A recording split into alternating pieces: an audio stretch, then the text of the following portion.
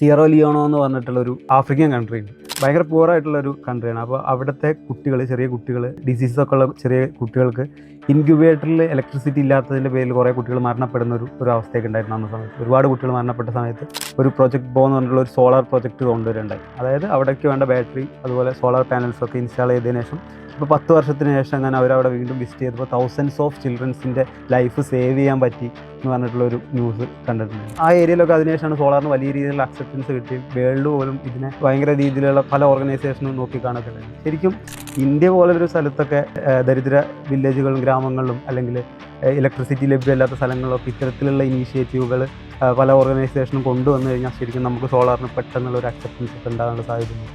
ഒരുപാട് പ്രൊജക്ട്സ് നടക്കുന്നുണ്ട്. ഒരുപാട് CSR ഫണ്ടൊക്കെ ഇതിനു വേണ്ടിയിട്ട് ആൾക്കാർ യൂട്ടിലൈസ് ചെയ്യുന്നുണ്ട്. പിന്നെ ഈ സോളാർ എന്ന് പറയുമ്പോൾ നമ്മൾ റെസിഡൻഷ്യലോ കമേഴ്ഷ്യൽ അത് മാത്രമല്ല, ഇതിന് ഡൈവേഴ്സ്ഡ് ആയിട്ടുള്ളൊരു സെഗ്മെന്റ് ഉണ്ട്. ഇപ്പോൾ ഈവൻ ഇപ്പം ഈ ഒരു ഇൻഫർമേഷൻ പറഞ്ഞുകൊണ്ട് ഞാൻ ഇൻഫർമേഷൻ ഷെയർ ചെയ്യുകയാണ്. നമ്മുടെ കോഴിക്കോട് മെഡിക്കൽ കോളേജിൽ കൊറോണയുടെ സമയത്ത് നമ്മുടെ മെഡിസിൻസ് വന്നിട്ടുണ്ടായിരുന്നു, വാക്സിൻസ്.